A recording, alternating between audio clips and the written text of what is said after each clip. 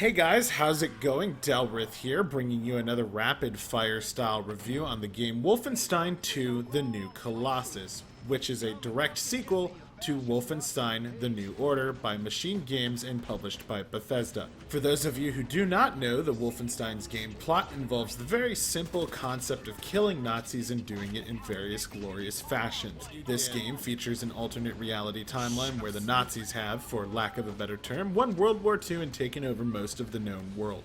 They did this through the use of advanced technologies such as mech suits, power armor, laser cannons, plasma cannons, anti-gravity flying saucers, and honestly, if it's been in some sort of science fiction book, they've probably used it in this timeline.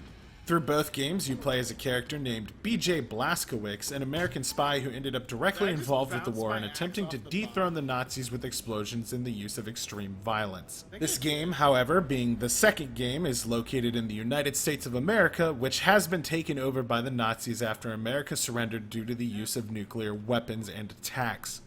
Before I go any further, I would like to state that I beat this game on the hardest difficulty, I Am Death Incarnate, so I will be giving you my impressions and take based on that. In total, this game took me about 13 hours, and if I were to complete it to its fullest extent with all of the collectibles, it would take another 3 or 4 as there are an overwhelming amount of those in the game. Weapons are upgradable through multiple gun parts that you find throughout levels, each upgrade on a gun changing how it performs in various different ways. However, I have to mention that if you were looking for a vast arsenal of weapons for you to use while slaughtering Nazis, you'll be disappointed as there are only about 10 real ones, and half of these are heavy weapons that you can't upgrade or carry around with you at all times. I, unfortunately, even on the hardest difficulty, only ended up using 1 or 2 weapons throughout the entire game, as they were simply better or more effective than anything else in most situations. It really seemed as if they had a great idea and thought as to how they wanted to do the upgrade system, but didn't spend the time to flesh out each weapon and make it feel truly unique or useful.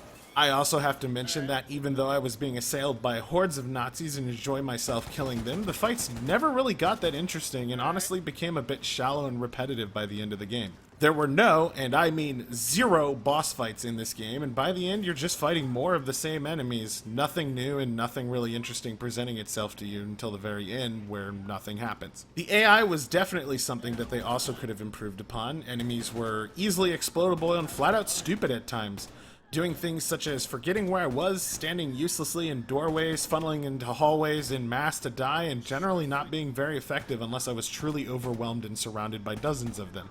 I will say, however, that there were a lot of collectibles around for you to gather in levels, things that you would naturally stumble upon while fighting, and secrets that you definitely had to search around for. These things involved newspapers, photos, reports, and generally just a bunch of stuff that expanded upon the universe and gave you a backstory to some of what was going on at the time in America.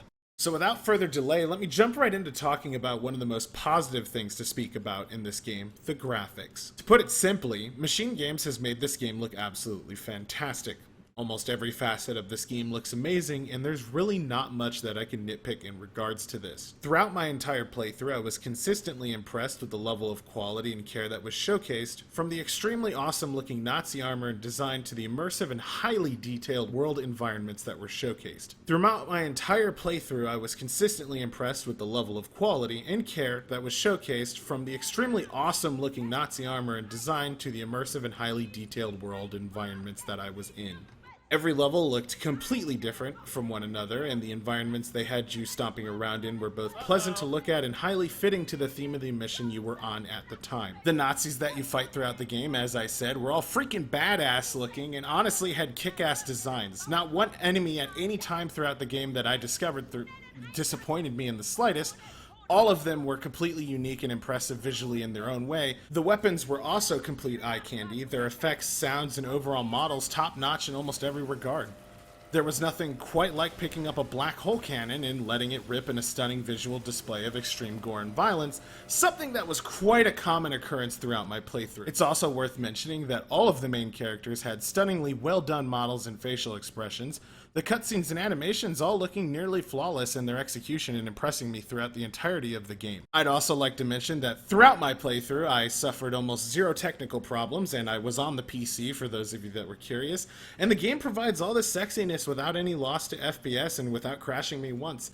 I had very little issue, I did not ever have any problems, and it was fantastic all the way through and really cleanly well done.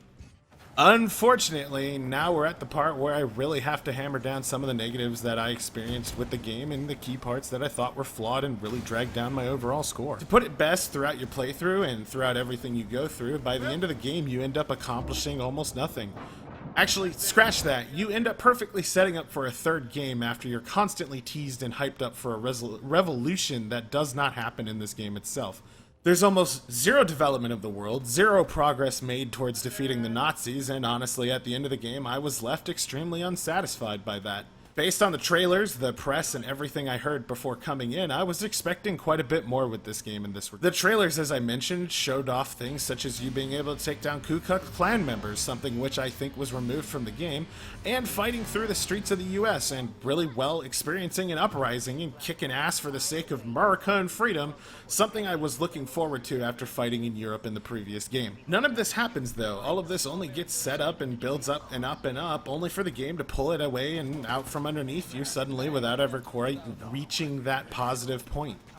In fact, without spoiling, there's moments where you could have truly made an impact upon the Nazis and done some real damage, but for some reason chose not to for the sake of a lesser important plot, rather than winning the war. I also have to personally question if they knew what tone they wanted with this game. At times it's extremely dark and like trudging through a devastated New York, and at others it tries to be completely carefree and completely over the top on comedy.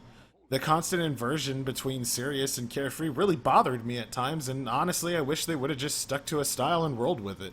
A lot of characters felt out of place to me as well, and although I can understand the appeal to some, don't get me wrong, they're voiced and animated great, they just did not do it for me in the end. The stereotypes were far too overplayed, and I thought that they may have gone too far with their personalities. In the end though, you get a game that's extremely visually appealing and definitely fun to play, but seems rushed and unfinished in some areas. Had they added a few more weapons, maybe tossed in some boss fights, and actually developed the world and progressed the story in a major fashion without baiting and setting up for a third game, it could have been much better. With all that in mind, I have to give Wolfenstein II a solid 7 out of 10 score, reminding all of you that this means that this is a good game, but nothing absolutely amazing or fantastic in my opinion. I do recommend that if you're a fan of the series that you pick it up sometime in the future, maybe when it goes on sale for $40 or so. So with that in mind, I'd like to thank all of you for watching, and I will of course be seeing you again in the future. So thank you guys for watching, and I'll see you later. Bye bye.